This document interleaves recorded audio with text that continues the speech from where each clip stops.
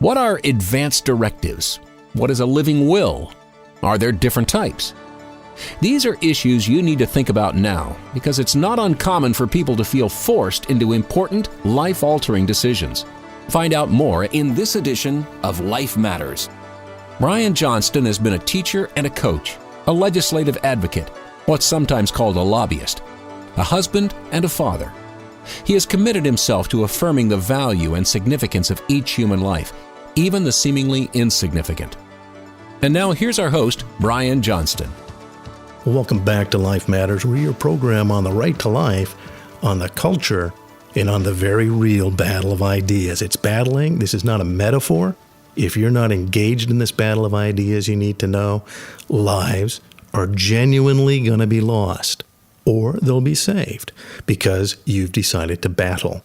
And we're facing a situation now. Many of you know my background. I've been a commissioner on aging in California, served on the state's board of examiners of nursing homes. I've been in many, many nursing homes in California. There's some good ones, but many are not. And culturally, we're looking at a culture that really views nursing homes as simply the last stop, and they become warehouses of humanity. I have a very special guest. Those of you who have listened before have heard Nancy Valko. Nancy is an RN, and there's so many other aspects to what she's done in the very practical and legal realm, in the realm of ethics. I won't get into that again, but just know that Nancy is worth listening to. Nancy, thanks for being back on. Thank you, Brian. I'm delighted to be here.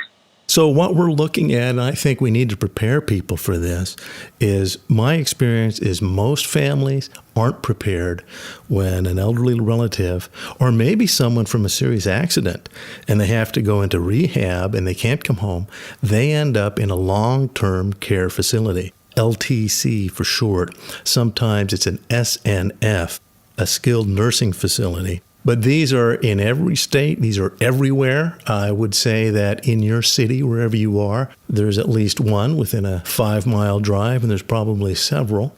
I would also recommend, if you're a Christian, I tell my Christian friends this, they love to go to foreign lands as missionaries. But you know what? If you really want to be an effective missionary and impact someone's life, drive that 5 miles and see people who are looking death in the face. See people who are realizing how brief, and they sit there, and Nancy's going to tell you some stories. I could tell you many stories. They have to ponder what their life has been. It's a pretty serious and sobering experience. If you're not ready for it, you don't want to go there. Nobody wants to go into a long-term care facility. We're going to talk about why you need to be aware of that, how to prepare yourself and your family, how to arm yourself in this battle of ideas. Nancy, you and I had talked about this, and I know there's some statistics regarding long-term care and nursing homes. Can we go over some of those? Yes, it's really kind of a sad situation, and it's going to become more common because there were 1.3 million Americans in nursing homes in 2012. They estimate now that by 2030, about 5.3 million seniors will be living in nursing homes. And it's a real problem. Right now, we have about 50% at most of nursing home residents receiving visitors. And there's a lot of reasons for that. Yeah. One is that so many people in my age group, the boomer years, decided not to have children. Mm-hmm. Unlike our parents, who had children and sometimes many children, they have nothing, and now they're going, who's going to take care of me when I get older? That's right. And that's a real fear, and it's a real shame. When you go into a nursing home, too, it's difficult. There's a lot of economics involved in it. There's been talk about rationing because it's so darned expensive. As somebody who has just reached retirement, we get things all the time about long-term care and insurance, and the insurance costs almost more than the long-term care does. This is frightening. Just let me stop you right. Bind. That's right. And I think people need to realize what the Obamacare, which was passed, it has at this recording still not been repealed, but more to the point in what it's done because it's already gone into effect and is already impacting the culture of long-term care. There's a presumption that people really shouldn't be kept around. And even the author of the whole plan. Ezekiel J. Emanuel. Thank you. Yeah, Ezekiel. And those of you in politics know that his brother runs the city of Chicago. and had been a chief of staff for President Obama. So what we have is we have a situation where Ezekiel Emanuel proclaimed he only wanted to live to 75, and most people need to end their life by 75. Everything's done. You're not going to get anything else accomplished. It was an astounding article, and it's an admission of the nature of the healthcare plan and the rationing that was just referred to. That still exists as we record this. Now we're recording this particular segment in September of 2017, and still what had been called the death panels, well, those are still in place. They haven't been stopped. And the purpose of those panels was to regulate what kind of care you got, not just what Medicare paid for, but what the insurance company would pay for. The whole purpose was to regulate independent payments for medical care so that the cost of medicine wouldn't keep rising. So we need the government to control medicine. They're still in place. In that environment is where we're facing these nursing homes, and where you will soon face, whether it's you or a loved one. You need to face this now. Life Matters continues after this. Do you have a question about the right to life? Call our Lifeline anytime at 800-924-2490 or visit us online at lifematters.life. Power. You're pro-life and you want to defend your position, but you're not sure what to say. That's pretty common. So get the facts you need to back up your pro-life position with the Power of 7 app.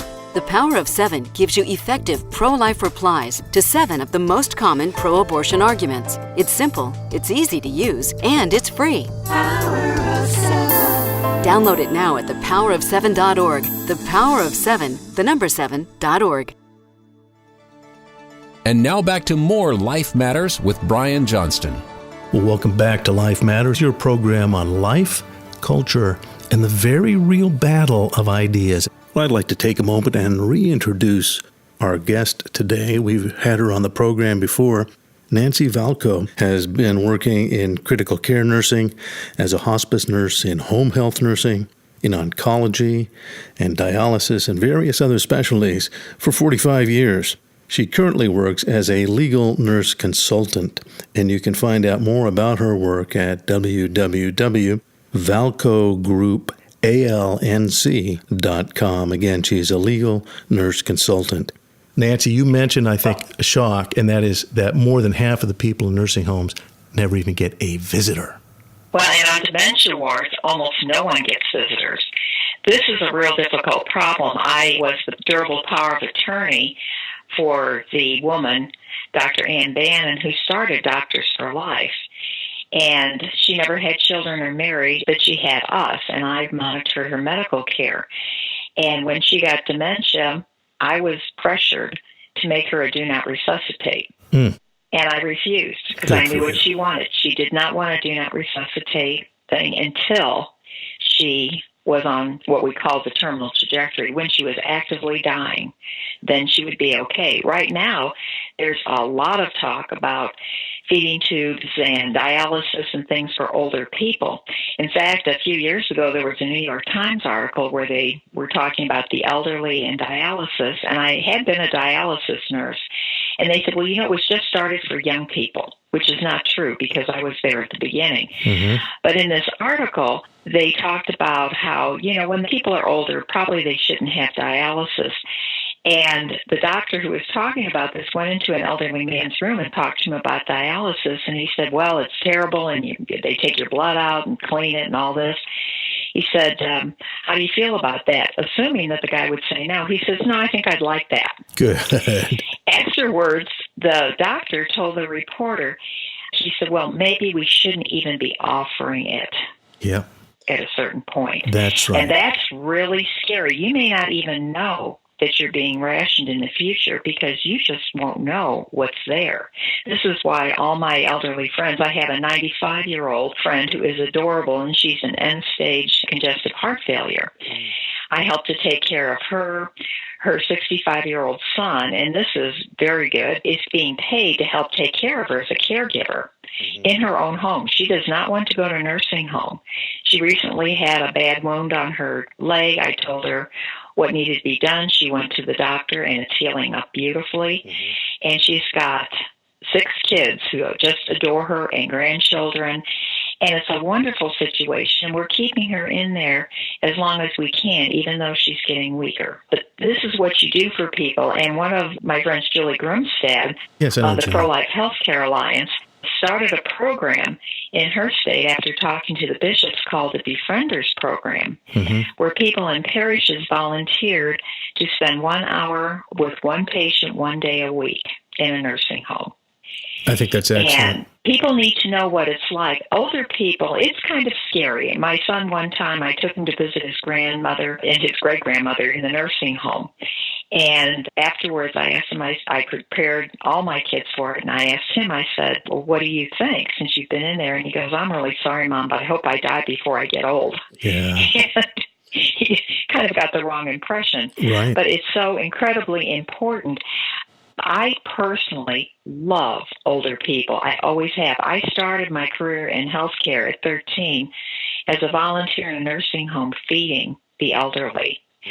I learned so much. Nowadays, because of legal risks, they won't let people like me do things like that. Right. And these elderly people, we had such a good time, and I learned so much. And I really do enjoy elderly people.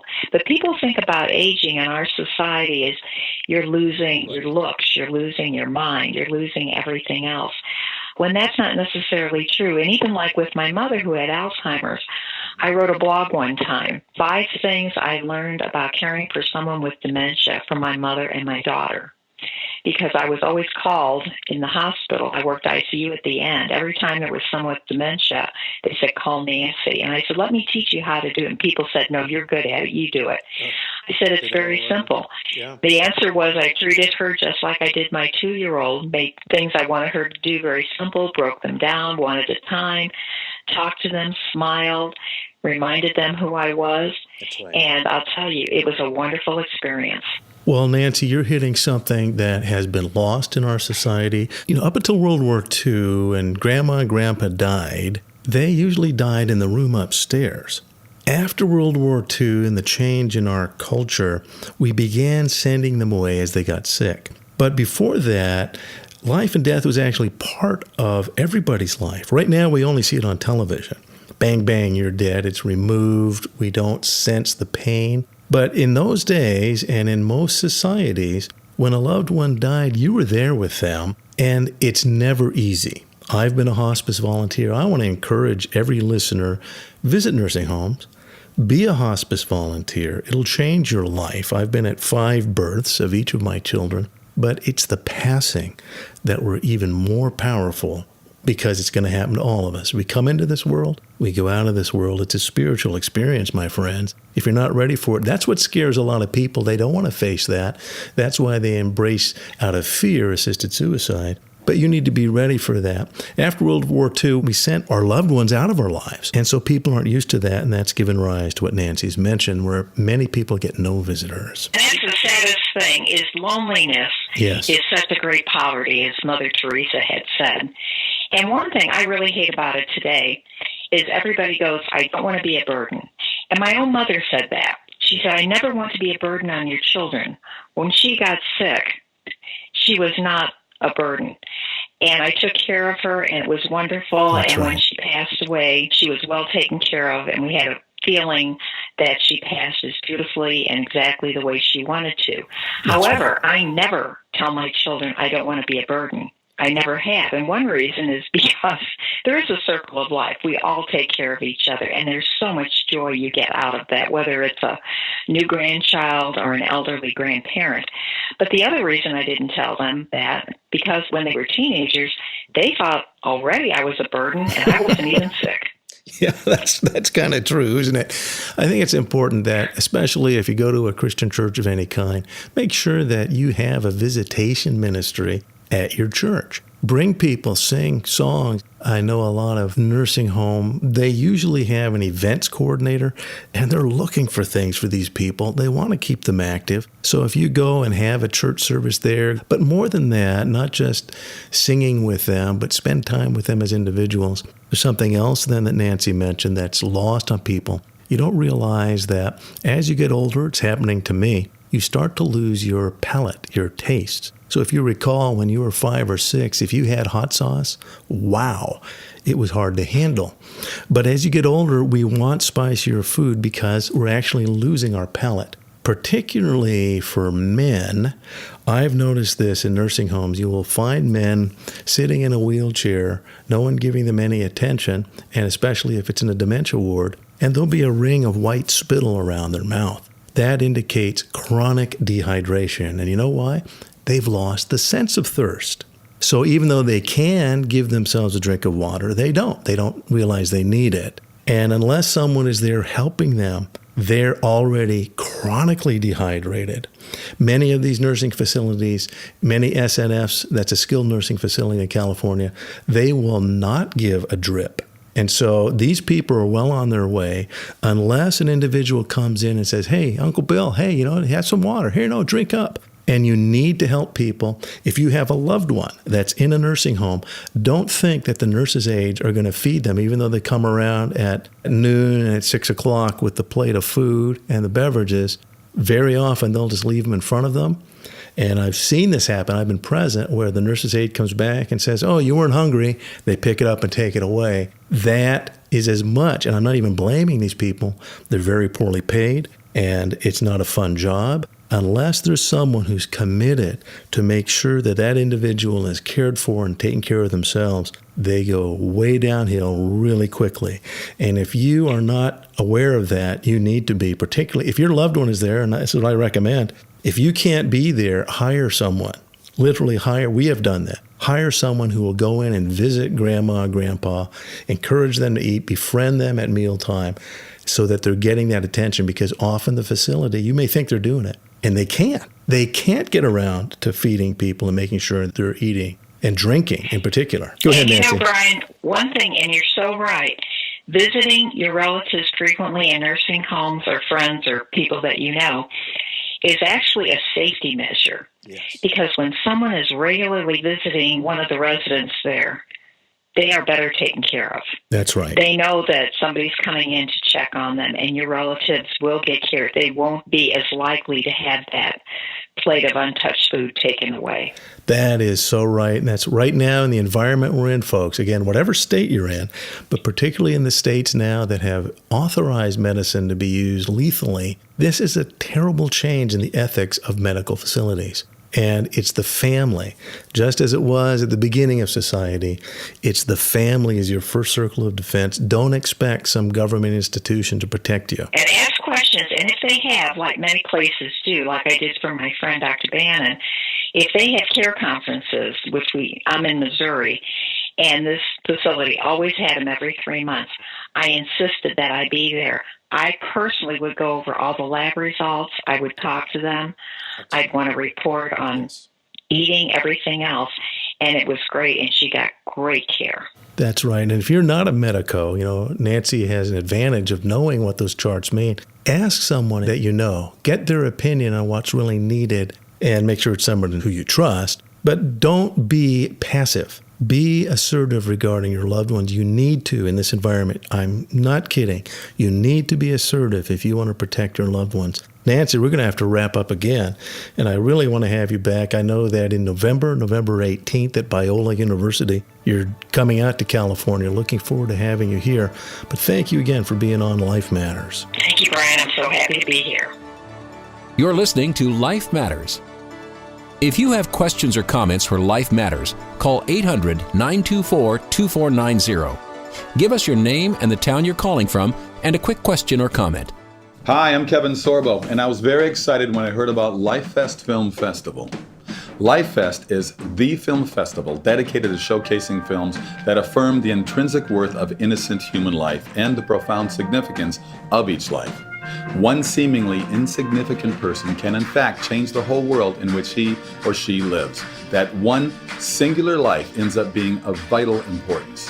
I'm so glad to hear that you are cherishing that in this film festival and are committed to artfully and creatively protect the lives of those who can't possibly promote themselves. Life Film Fest is dedicated to bring the message of life to Hollywood and to our culture. Go to lifefilmfest.com and get your tickets now. That's lifefilmfest.com. Find out about the exciting cultural change impacting Hollywood. Go to lifefilmfest.com. And now back to more Life Matters with Brian Johnston. You know, I've been told by people that they don't think we'll be able to deal with the abortion issue through the law. And I have to pause for a moment and ask them to think about American history. We have faced very difficult challenges throughout America's history. America has been engaged in great evil that contradicts its very premise. And you and I know one of the greatest, and that is the issue of slavery. Now, some people think that the issue of slavery and the debate over slavery started with the Civil War, and nothing can be further from the truth. In fact, at the time of America's founding, the issue of slavery was very, very hot, very, very contested, very much in doubt. And in fact, it played a critical role in bringing the founding of our government into doubt. Did you know that there were so many anti-slavery societies, particularly in the North, that they did not want slavery to continue and did not want it practiced in the United States? But in order to have a union, they had to figure something out. And one of the things that they figured out, as you know, was the notion that a slave should be counted in the census, but in order to make sure that things could move forward, the slave was counted as 2/3 of a person for the purposes of voting. This actually, contrary to people's opinion now, it actually gave some credence to the existence of a slave to be considered as a human being. And this allowed the South to be more comfortable and have more representation in their eyes than if the slaves had not been counted at all. So they agreed to that. For those in the North and those who were against slavery, it was a foothold to begin the process of examining the issue of slavery. Benjamin Franklin was an active member of his local abolitionist society in Philadelphia.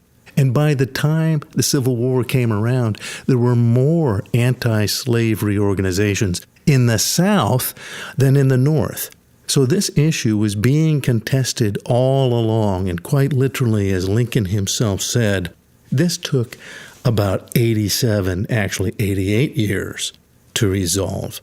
If you recall in the Gettysburg Address, he referred to the fact that it was 77 years ago that the nation was begun and built on the idea that all men are created equal. And so the very difficult path, and we can go through history and examine how it was addressed, but you need to know that it wasn't just slam bang done through the Civil War. In fact, there were so many efforts, and you hear about abolitionism. I want you to consider carefully what did end slavery, and you have to look to Abraham Lincoln. Abraham Lincoln is revered by all, and for good reason, because he was a very wise man in his approach to how to end slavery. He believed that we needed to end slavery through ballots and not bullets. I recommend, if you have a chance, to read my booklet. I put this together because I believe it's very instructive for us in the pro-life movement. You know, the abortion issue was supposed to be settled by the Supreme Court, and yet the Supreme Court, in ruling, actually made it worse. And that was the famous Dred Scott decision in 1858. And it said that a slave was chattel, was property of the slave owner. And in the abortion issue, supposedly the Supreme Court would settle it. But in fact, it made it a lot worse in the Roe versus Wade decision, where the Supreme Court said that the baby was mere property of the mother. You and I know that didn't settle the issue. That made it much, much worse. We're facing a similar situation now, and how do we end this terrible evil where human lives are disposed of and thought of as nothing, as chattel, as property? Well, Abraham Lincoln actually showed us how to do that. And I want to recommend to you a booklet that I wrote. It's called Abraham Lincoln on Life and the Law. And you can get that booklet for any donation of any amount to the California Pro-Life Council. You can go online or call our 800 number, 800-924-2490, and just tell them that you'd like a copy of the booklet, Lincoln on Life and the Law, and we'll get that out to you for donation of any amount. We really want you to understand the nature of this battle of ideas. Lincoln understood that this was a battle of ideas first and not of guns. You know, it was Lincoln that ended slavery, and he ended it through the 13th Amendment. He did not actually end it with the Emancipation Proclamation. All of us were subjected to history as it's taught in America, and very often we didn't get the in-depth analysis that needs to be taken. I suggest that you read more about Abraham Lincoln, an extraordinary man.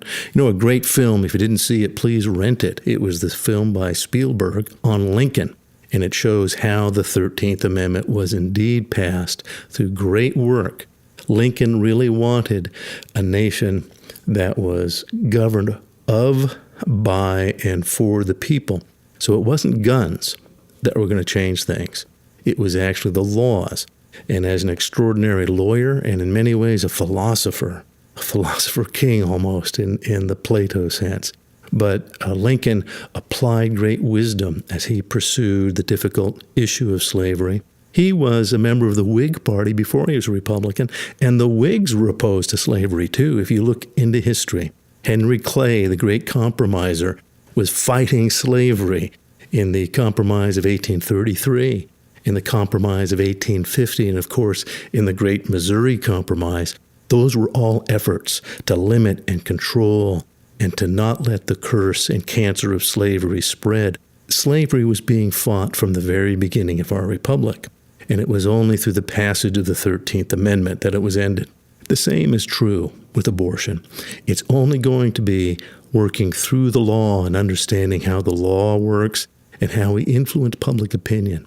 And Lincoln was very clear, you don't influence public opinion by attacking people. You influence public opinion by using logic, by using facts, and the facts are on our side, and facts are terrible things to waste.